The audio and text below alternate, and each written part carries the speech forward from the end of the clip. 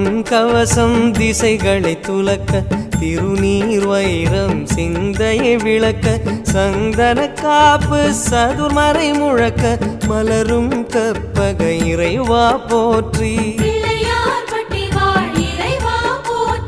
கலியுகம் காக்கும் கணபதி நாதா வலம்புரி நாதா அபயம் அபயம் அபயம் அருளும் இறைவா போற்றி.